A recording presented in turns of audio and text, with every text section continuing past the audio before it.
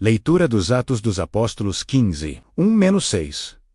A primeira grande discussão na igreja primitiva, naqueles dias. Chegaram alguns da Judeia e começaram a ensinar aos irmãos de Antioquia, dizendo: Vós não podereis salvar-vos, se não fordes circuncidados, como ordena a lei de Moisés. Essa afirmação gerou um grande alvoroço e causou muita confusão entre os cristãos de Antioquia. Uma discussão acalorada surgiu, com Paulo e Barnabé discutindo fervorosamente com esses novos pregadores.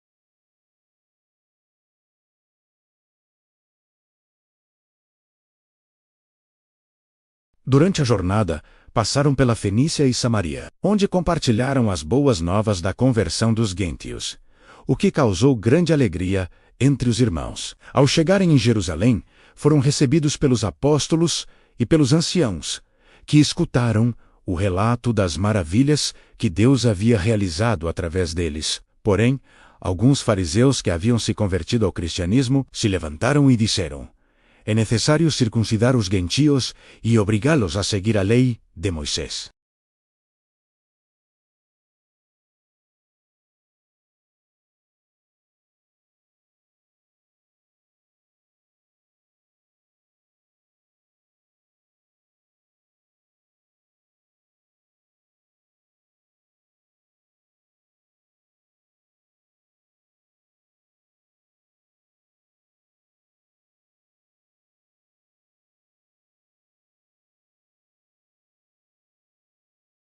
Jesus era judeu, e seus seguidores, em sua maioria, também eram. Porém, à medida que a igreja se expandiu, especialmente entre os gentios, surgiram questões importantes sobre o que deveria ser mantido das tradições judaicas e o que poderia ser transformado. Nesse contexto, o Concílio de Jerusalém se tornou um marco para a igreja. A decisão final foi de que a circuncisão e a observância da lei de Moisés não eram necessárias para os gentios que aceitavam a fé em Cristo. Essa decisão não apenas abriu as portas para a inclusão de todos os povos, mas também revelou uma mudança profunda na compreensão do que é necessário para a salvação. A salvação não dependia mais da observância rígida das leis externas, mas sim da fé em Cristo, que é a verdadeira videira. Reflexão no Evangelho de João 15, 1-8.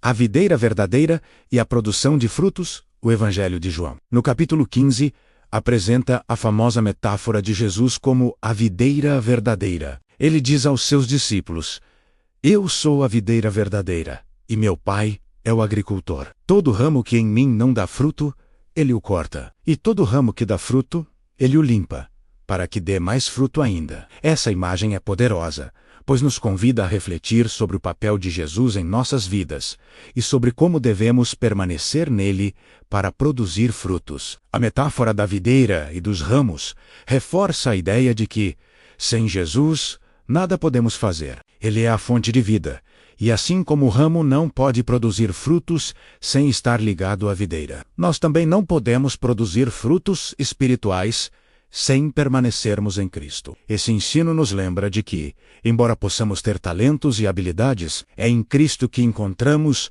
a verdadeira fonte de poder para cumprir o propósito de Deus em nossas vidas. A luta pelo propósito, pensadores, e a busca por sentido no mundo moderno. Nos dias de hoje, vivemos em uma era marcada pela busca incessante por respostas e sentido. Muitos questionam a autenticidade das tradições religiosas e filosofias, enquanto outros buscam a verdade em diferentes fontes. No entanto, se olharmos para os ensinamentos de Jesus como a videira verdadeira, vemos que ele oferece uma perspectiva única e profunda sobre a vida humana e o propósito. Pensadores como Viktor Frankl, que sobreviveu aos horrores do Holocausto e desenvolveu a logoterapia, destacam que o sentido da vida é fundamental para o bem-estar humano. Ele dizia que, mesmo nas situações mais extremas, o ser humano pode encontrar um propósito maior: algo que transcenda o sofrimento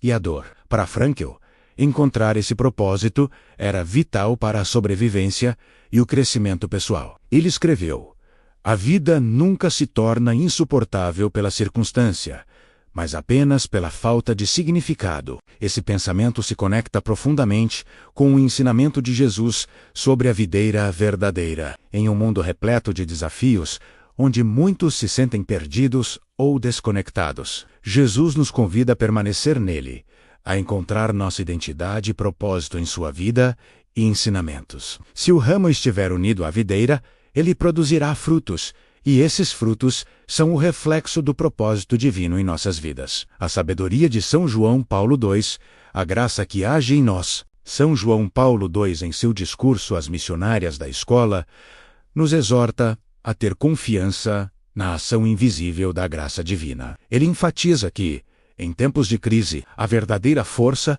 está na graça que age de maneira misteriosa e imperscrutável, muitas vezes em momentos de fragilidade e impotência. "Sem mim, nada podeis fazer", diz Jesus.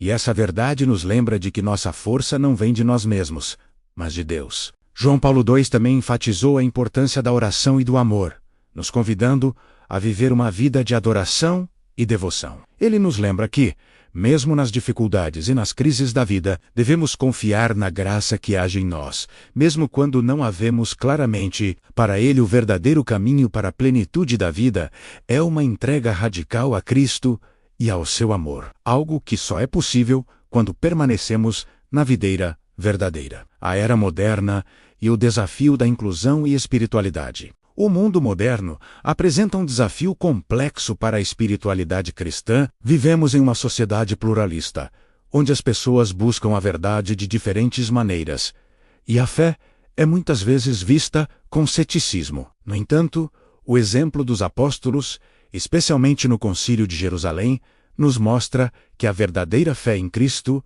é inclusiva. A Igreja não foi feita para excluir, mas para alcançar todos, independentemente de sua origem, cultura ou história. Jesus, a videira verdadeira, não exclui ninguém. Ele chama todos os ramos a permanecer nele e produzir frutos. A resposta dos apóstolos à crise de Antioquia reflete essa compreensão de uma igreja aberta, inclusiva, que transcende as barreiras culturais e religiosas. E em um mundo onde as divisões são frequentes, essa mensagem continua sendo relevante. Conclusão: permanecer em Cristo no mundo moderno. A leitura dos Atos dos Apóstolos 15, 1-6 e o Evangelho de João 15, 1-8, nos desafiam a refletir sobre o que significa permanecer em Cristo em um mundo moderno, marcado pela diversidade e pela busca incessante por sentido. O exemplo de Paulo, Barnabé e os primeiros cristãos